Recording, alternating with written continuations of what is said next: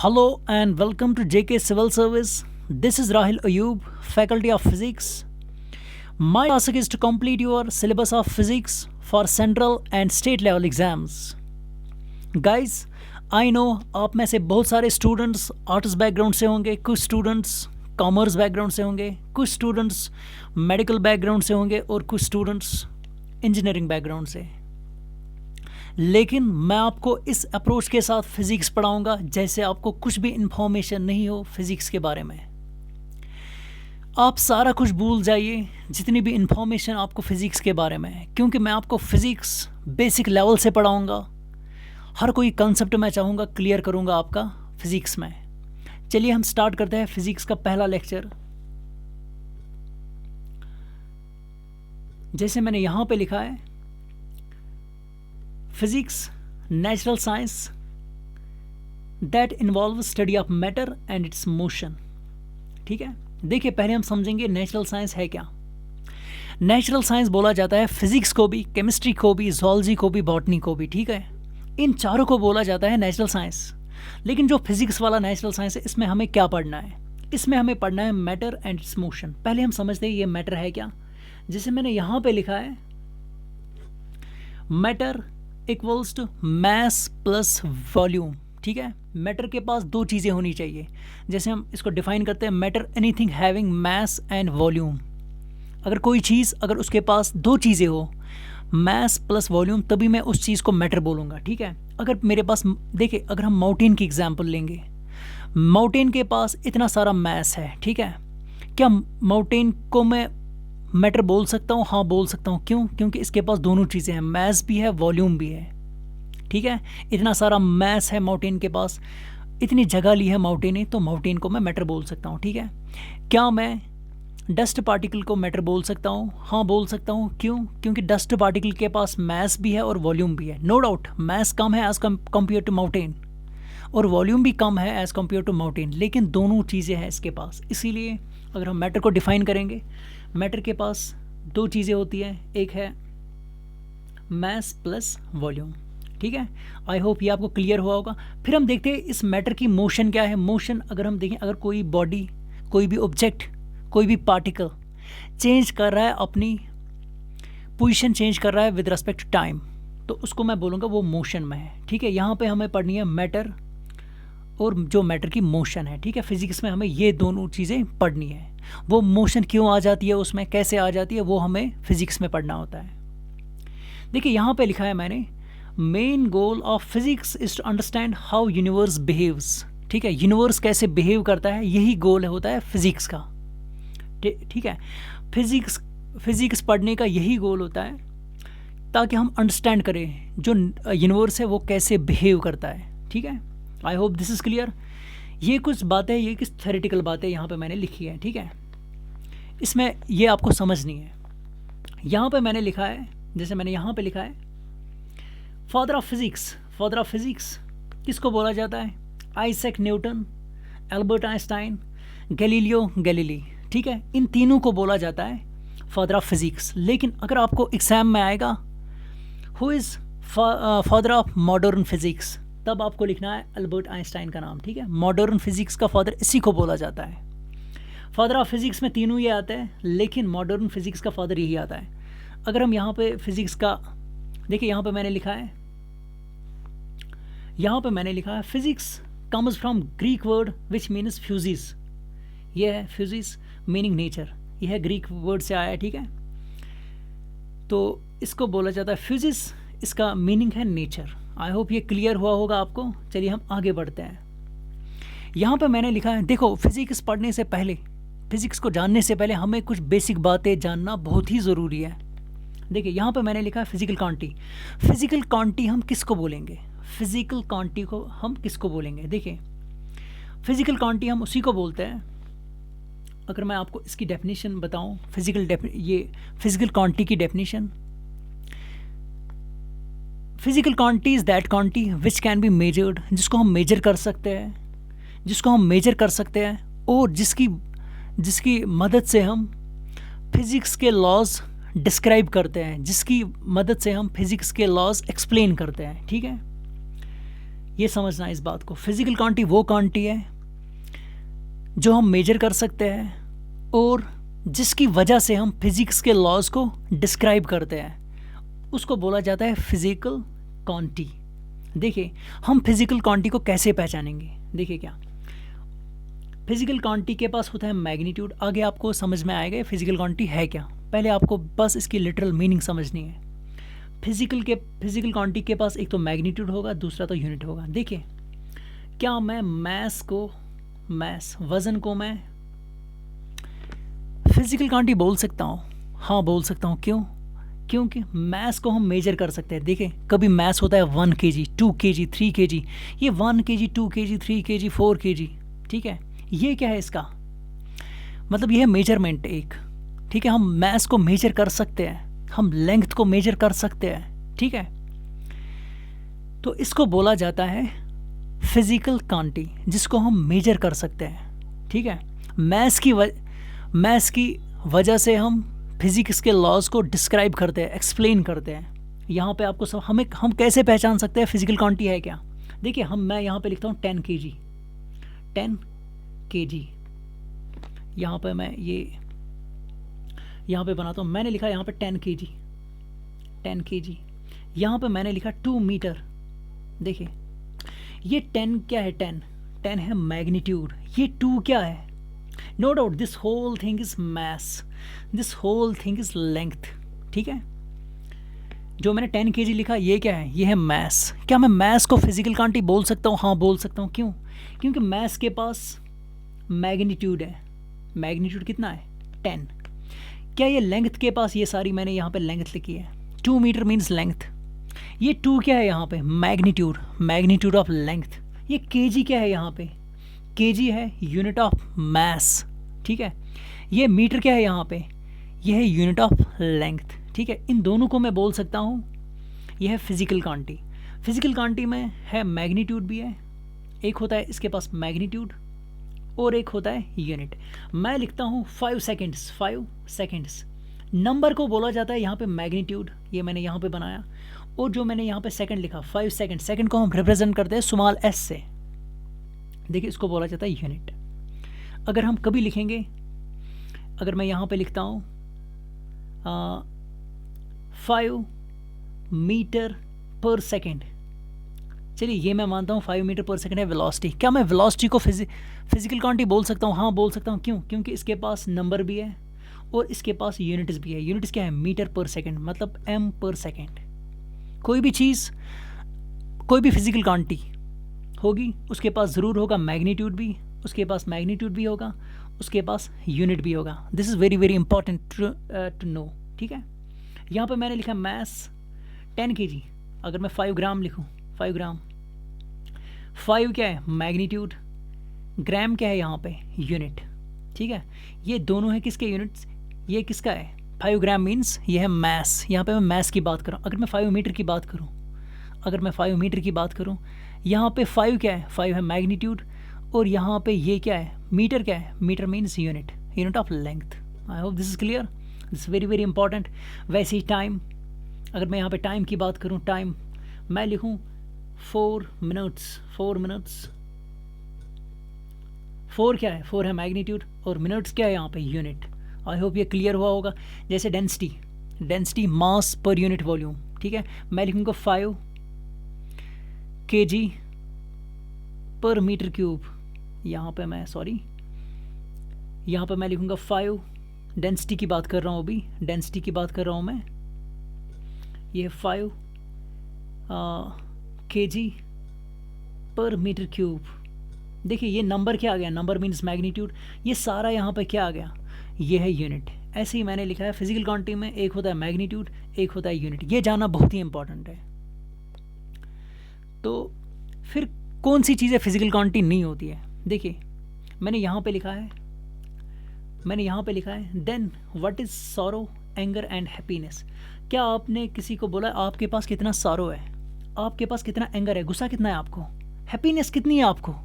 मैं इन चीज़ों को मेजर नहीं कर सकता हूँ।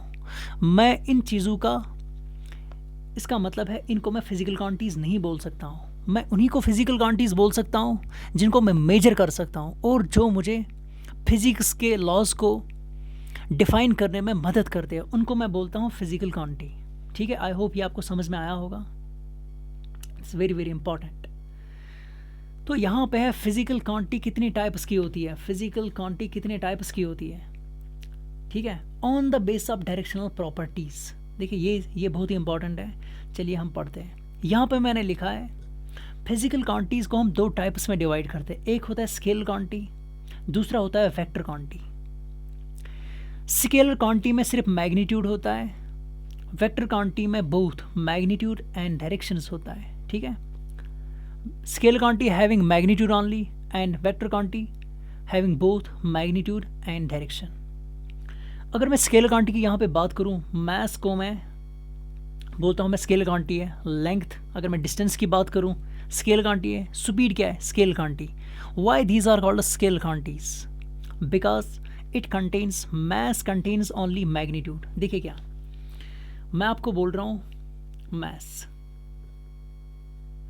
देखिए मास के पास कभी 5 kg होगा, 5 kg। यहाँ पे मैं आपको दिखाऊंगा मास 5 kg, 10 kg।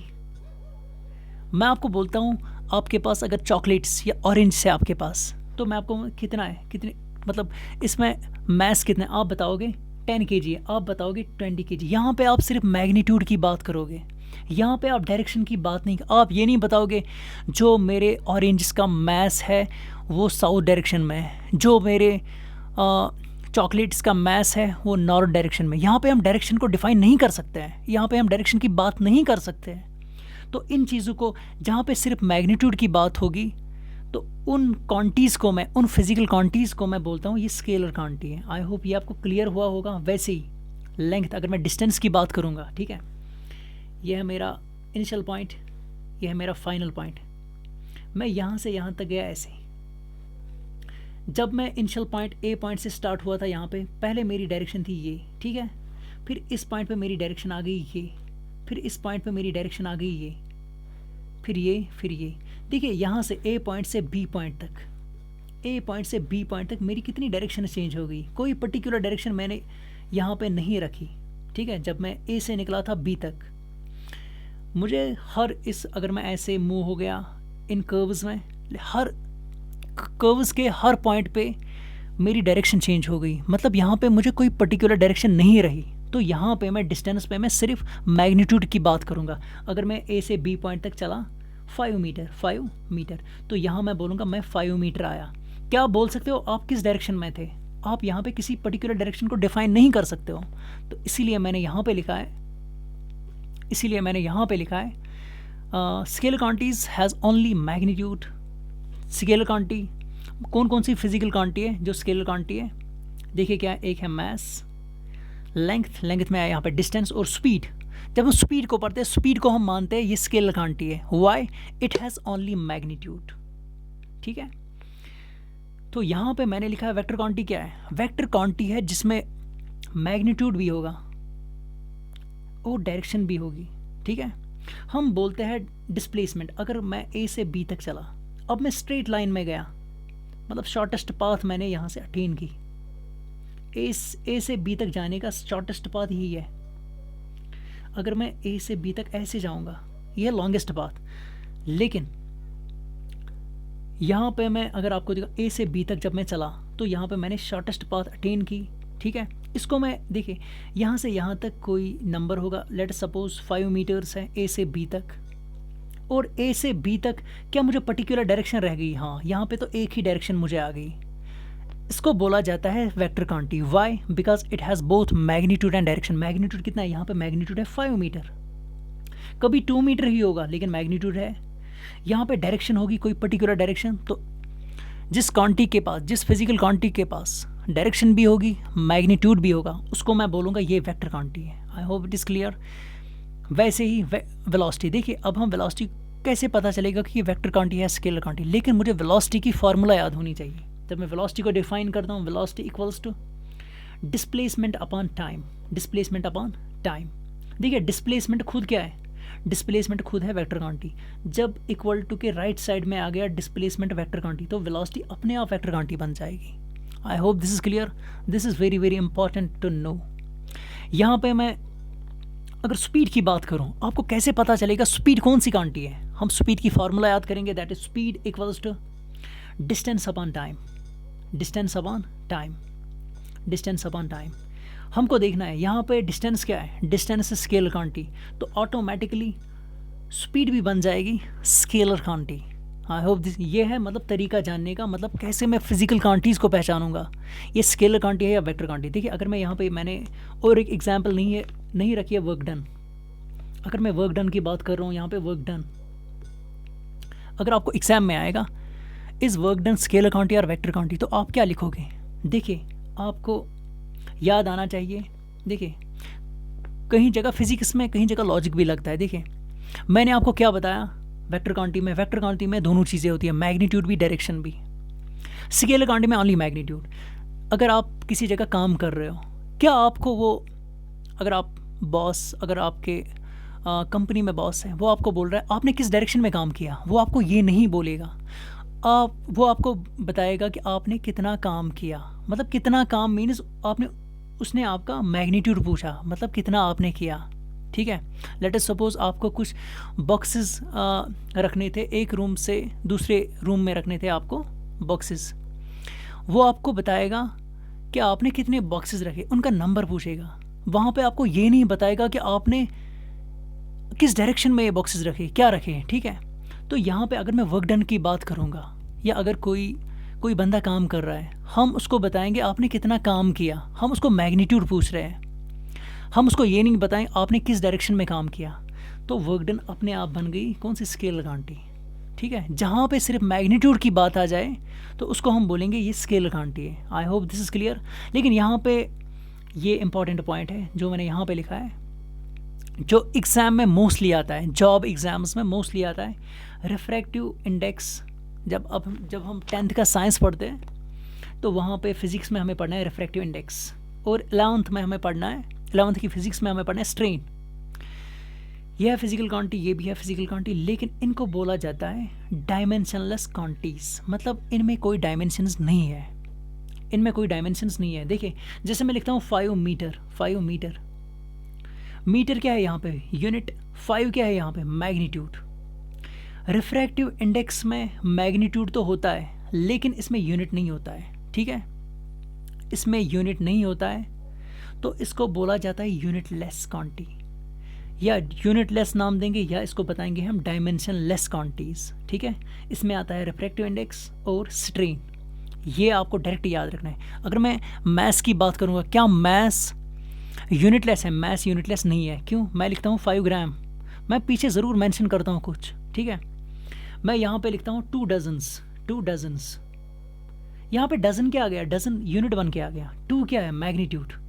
तो जब मैं रिफ्रैक्टिव इंडेक्स की बात करता हूँ, मैं वहाँ पे सिर्फ लिखता हूँ रिफ्रैक्टिव इंडेक्स कितना है। जैसे अगर हम ईयर का रिफ्रैक्टिव इंडेक्स मानेंगे, that is 1, that is equal to 1.033, like that. तो यहाँ पे मैं कुछ यूनिट नहीं लिखता हूँ, तो इसका मतलब है refractive index is dimensionless quantity. वैसे ही स्ट्रेन, अगर हम स्ट्रेन की बात करेंगे, चेंज इन लेंथ, जब हम लिखते हैं फिजिक्स में change in length divide by original length कितनी है, लेंथ का यहाँ पे है मीटर, डिवाइड बाय आ गया मीटर, मीटर मीटर कैंसिल, यहाँ पे कुछ यूनिट नहीं आता है, तो लास्ट में ये मुझे बन गया यूनिटलेस क्वांटिटीज। इस पूरे को बोला जाता है स्ट्रेन। ठीक है, ये इंपॉर्टेंट है, ये आपको याद रखना है। अगर मैं फोर्स की बात करूँ, फोर्स भी है यहाँ पे वेक्टर क्वांटिटी। ठीक है, तो इसमें भी बोथ मैग्नीट्यूड एंड डायरेक्शन होता है। आई hope this clear, this very very important.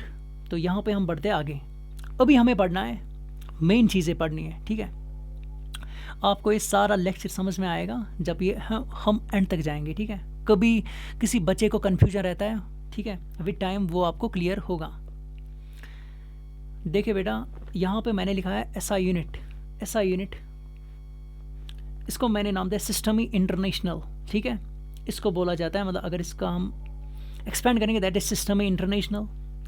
SI unit का फ़ायदा क्या है? देखिए पहले मैं समझाता हूँ यूनिट क्या होता है, एसआई यूनिट क्या होता है। मैं लिखता हूँ 5 ग्राम, 2 मीटर, 3 लीटर, 5 सेकेंड्स, 5 सेकेंड्स। देखिए ये पता है 5 ग्राम मीन्स ये क्या है, ये है मास। 2 मीटर मीन्स ये है लेंथ की बात मैंने की, यहाँ पे मैंने 5 ग्राम में किस फिजिकल क्वांटिटी की बात की, यहाँ पे मैंने मास की बात की। 2 मीटर में मैंने किस फिजिकल क्वांटिटी की बात की। क्यों मैं इनको फिजिकल क्वांटिटीज बोल रहा हूँ, क्योंकि 5 क्या है मैग्नीट्यूड, जी क्या है यहाँ पे 5 है, यहाँ पे मैग्नीट्यूड, जी क्या है यहाँ पे, जी है यूनिट। फिजिकल क्वांटिटी के पास दो चीज़ें होनी चाहिए, एक है मैग्नीट्यूड, दूसरा है यूनिट। इसके पास भी है 2 और मीटर है यूनिट। 2 है मैग्नीट्यूड, मीटर है।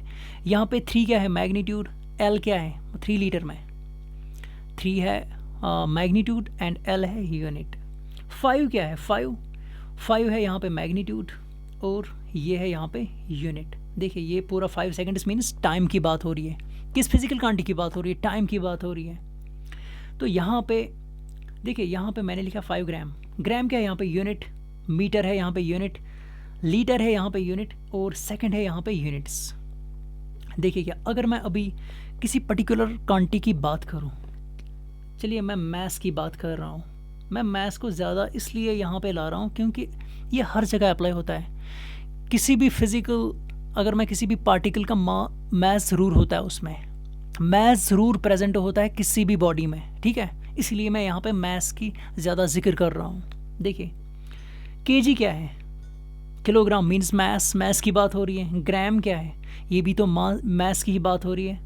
अगर मैं टन की बात करूँ, TONNE, ये भी है यूनिट, ये भी है यूनिट, ये भी है यूनिट। लेकिन मैथ्स में एक ही हो सकता है ऐसा यूनिट। ऐसा यूनिट्स तो बहुत सारे होते हैं किसी फिजिकल क्वांटिटी के, लेकिन जो ऐसा यूनिट वो एक ही होता है, वो एक ही होता है केजी, ठीक है।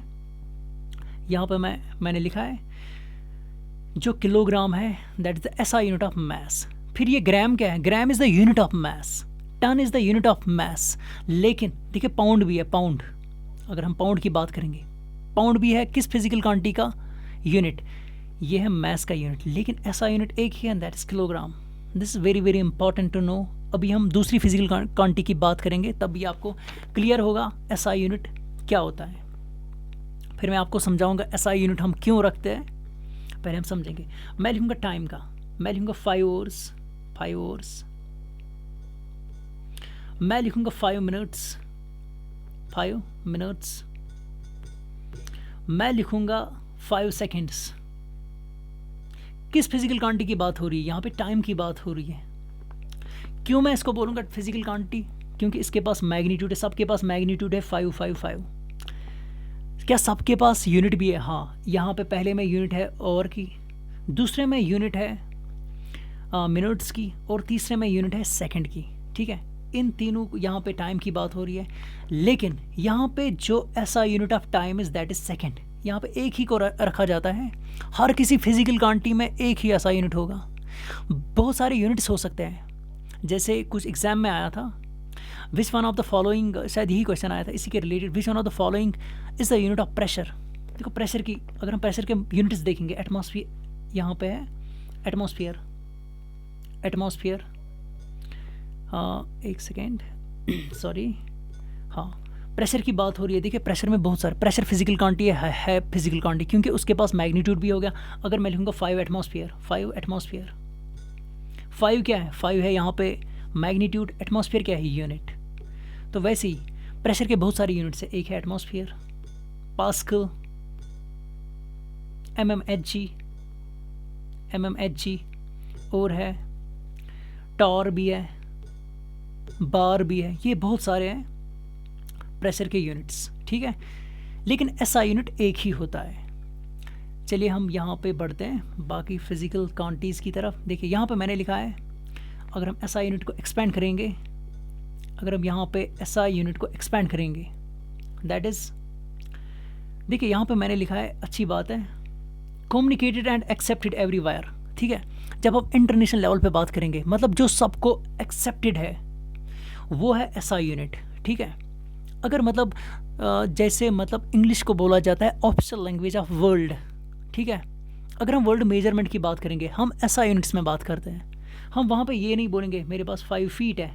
देखो 5 फीट क्या है, लेंथ है, या 5 इंच क्या है, ये लेंथ की बात हो रही है।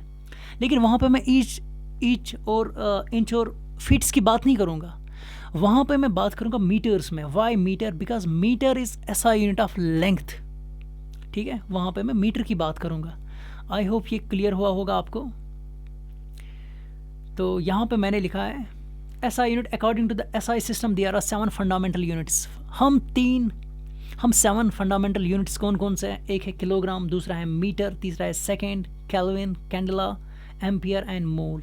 ठीक है, ये याद रखना 7 टोटल फंडामेंटल यूनिट्स है, 7 को रखा है फंडामेंटल यूनिट्स। ठीक है, बाकी जितने भी यूनिट्स हैं उसमें जो प्रेशर आता है या एटमॉस्फेयर या आता है ये kg पर मीटर क्यूब, मीटर पर सेकेंड, उनको बोला जाता है डिराइव्ड क्वांटिटीज़। उसमें ज़्यादा आपको जाने की ज़रूरत नहीं है इस टाइम पे।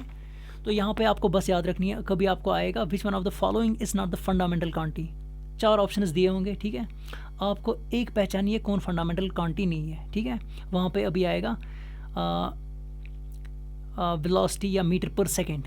ठीक है, यहाँ पे मीटर पर सेकेंड कहीं जगह है ही नहीं, मीटर है, सेकेंड है, ये इंडिविजुअली, लेकिन मीटर पर सेकेंड एक साथ नहीं होगा, तो वो फंडामेंटल यूनिट उसको हम नहीं बोल सकते हैं। ठीक है, 7 आपको याद रखनी है कितने फंडामेंटल यूनिट्स है, kilogram, metre, second, kelvin, candela, ampere, mole. ठीक है, अगर हम किलोग्राम की बात करें, किसकी बात करें? मैस की बात करें। मीटर की बात करें तो लेंथ की बात कर रहे हैं। सेकंड की बात करें तो टाइम की बात करें। केल्विन की बात करें, देखिए केल्विन जब हम समझते हैं ना, ये टेम्परेचर, ये है टेम्परेचर का यूनिट। कितना टेम्परेचर है, कितना केल्विन का टेम्परेचर है। टेम्परेचर के और सारे यूनिट्स हैं, डिग्री सेल्सियस भी है किसका यूनिट, वो है यूनिट टेम्परेचर का, लेकिन ऐसा यूनिट है यहाँ पे kelvin is the SI unit of temperature. Candela means luminous intensity, ये भी और एक फिजिकल क्वांटिटी है। ठीक है, ल्यूमिनस इंटेंसिटी का जो उसको हम मेजर करते हैं कैंडलास में। ठीक है, तो यहाँ पे है एम्पियर किसका है? करंट, कितनी करंट जा रही है किसी वायर में, उसको हम किस में मेजर करते हैं? एम्पियर में। यहाँ पे मोल इंपॉर्टेंट है, ये एग्जाम में आया है, मतलब अमाउंट ऑफ सब्सटेंस। देखिए मैं आपको बोलता हूँ मुझे 5 नंबर दो, 6 नंबर दो, मतलब अगर मुझे कुछ आपसे कुछ प्रोडक्ट्स लेने हैं, मैं नंबर्स की बात करूँ, लेकिन अगर मैं केमिकल्स की बात करूँगा, केमिकल्स को मैं ऐसे नहीं गिन सकता हूँ। ठीक है, यहाँ पे एक मोल है, मतलब हम मोल्स में अगर मुझे किसी को, अगर हम लैब्स में एक्सपेरिमेंट करते हैं, केमिस्ट्री लैब्स में एक्सपेरिमेंट करते हैं, वहाँ पे हम क्वांटिटीज़ को, अमाउंट ऑफ सब्सटेंस को मेजर करते हैं इन टर्म्स ऑफ मोल्स में। मतलब मैं बोलता हूँ मुझे 1 मोल चाहिए, 1 मोल कार्बन मुझे चाहिए। जैसे हम बोलते हैं, मैं आपको ये इस वे से समझाता हूँ, हम बोलते हैं मुझे 1 डज़न चाहिए, 1 डज़न चाहिए। इसमें कितना नंबर होता है? 1 डज़न में कितने नंबर्स होते हैं? 12 नंबर्स होते हैं, 12 नंबर्स होते हैं। वैसे ही एक मोल में कितना नंबर होता है ये जानना ज़रूरी है। इसको बोला जाता है एवोगाड्रोस नंबर। एक मोल में होता है 6.022 इंटू 10⁻23 नंबर। इस पूरे नंबर को बोला जाता है एवोगाड्रोस नंबर। ये जानना बहुत ही इंपॉर्टेंट, ये वैल्यू आपको याद रखना है। ठीक है, फिजिक्स में कुछ चीज़ें आपको जाननी है मेमोरी से, कुछ आपको जानना है लॉजिक से, और कुछ आपको जानना है इमेजिनेशन से। ठीक है, तो ये वैल्यू आप मेमोराइज करेंगे। 1 मोल किसके बराबर होता है? 6.022 इंटू 10⁻23। यहाँ पे जो रेज पावर में है, जो यहाँ पे रेज पावर में है ना, ये है +23। इसको गलती से -23 नहीं करना। ठीक है, डायरेक्ट आ सकता है एग्ज़ाम में या केमिस्ट्री के एग्ज़ाम में। तो यहाँ पे मैंने लिखा है। और एक बात, हाँ चलो हम मैथ्स पे थोड़ा बात करते ज़्यादा। मैथ्स क्या है? क्या मैथ्स को मैं फिजिकल क्वांटिटी बोल सकता हूँ? हाँ बोल सकता हूँ। क्यों? क्योंकि इसके पास, इसको मैं मेजर कर सकता हूँ और ये मुझे मदद करता है फिज़िक्स के लॉज को एक्सप्लेन करने में। ठीक है, मैथ्स क्या है? अगर हम इसकी डेफिनेशन देखेंगे मैथ्स की, amount of matter in an given object कितना है, उसको मैं बोलूँगा मैथ्स। ठीक है, सिंपल डेफिनेशन। ऐसा यूनिट ऑफ मैथ्स, देखो मैथ्स के बहुत सारे यूनिट्स हैं, लेकिन ऐसा यूनिट एक ही होता है। फिर से मैं रिपीट कर रहा हूँ, ऐसा यूनिट एक ही होता है। जैसे मैथ्स का यूनिट है ग्राम भी, ठीक है, पाउंड भी है, टन भी है, देखिए यहाँ पे मैंने लिखा other units, gram, pound, ton, slug. ठीक है, AMU atomic mass unit, 1 atomic mass unit equals to 1.6, शायद ही है 1.6 इंटू 10⁻27 kg।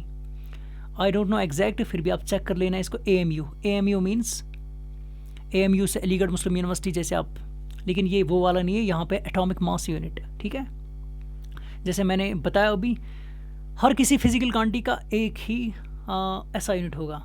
यहाँ पे मैथ्स का ऐसा यूनिट क्या है? किलोग्राम। ठीक है, अगर लेंथ की बात होती तो लेंथ में है मीटर ऐसा unit. I hope this is clear. देखिए ये वैल्यूज़ आपको याद रखने एग्जाम में आ सकते हैं। 1 पाउंड किसके बराबर है? 1 पाउंड इक्वल्स टू 453.592 ग्राम्स। ये आपको ऐसे डायरेक्ट याद रखना है। 1 टन कितने, जैसे आपको 1 kg में कितने ग्राम्स होते हैं हमें पता है 1000 ग्राम्स होते हैं, लेकिन वहाँ पे इजी नहीं डालते, वहाँ पे थोड़ा अनएक्सपेक्टेड डालते हैं। 1 टन की बात करेंगे, 1 टन इक्वल्स टू 1000 kg। ठीक है, जो मैंने यहाँ पे नोट डाउन किया है आप इन्हीं को यहाँ पे दिमाग में रखोगे। ठीक है, तो ये हो गया सारा कंप्लीट। अभी मैंने कोशिश की आपको, ये थी कुछ बेसिक बातें। ठीक है, आगे आपको जब हम नेक्स्ट लेक्चर पढ़ेंगे तो आपको ज़्यादा मज़ा आएगा। ठीक है, पहले आपको थोड़ा सा बोरिंग लगेगा। ठीक है, लेकिन ये जो मैंने यहाँ पे इंफॉर्मेशन कलेक्ट की है ये बेसिक्स है हमें बाकी सिलेबस को समझने में। तो यहाँ पे मैंने लिखा, एक क्वेश्चन मैंने यहाँ पे डाला है, Albert Einstein was awarded Nobel prize for his work on. देखिए सभी बोलते हैं एल्बर्ट आइंस्टाइन ने थ्योरी ऑफ रिलेटिविटी दी। ठीक है, पहला यहाँ पे लिखा होता है एल्बर्ट आइंस्टाइन को मतलब किस काम पे नोबेल प्राइज़ मिला। बहुत ही अच्छे साइंटिस्ट थे, ग्रेट साइंटिस्ट माने जाते हैं इसको, लेकिन यहाँ पे इसको मिला नोबेल प्राइज़। सबको याद आता है मतलब थ्योरी ऑफ रिलेटिविटी पे, लेकिन थ्योरी ऑफ रिलेटिविटी पे इसको नोबेल प्राइज़ नहीं मिला। ठीक है, क्यों नहीं मिला? क्योंकि उस टाइम पे थ्योरी ऑफ रिलेटिविटी किसी को समझ में नहीं आई, इसीलिए उस पे इसको एक के बदले 5 नोबेल प्राइज़ मिलते, लेकिन उस टाइम पे ये किसी को समझ में नहीं आई। इसको शायद थ्योरी ऑफ रिलेटिविटी जब पब्लिश हुई थी तो वो आई थी शायद 1905 में, लेकिन इसको मिला है, जो इसका नोबेल प्राइज़ मिला है वो मिला है फोटो इलेक्ट्रिक इफेक्ट पे। ठीक है, फोटो इलेक्ट्रिक इफेक्ट पे इसका नोबेल प्राइज़ मिला है, वो था शायद 1921 में।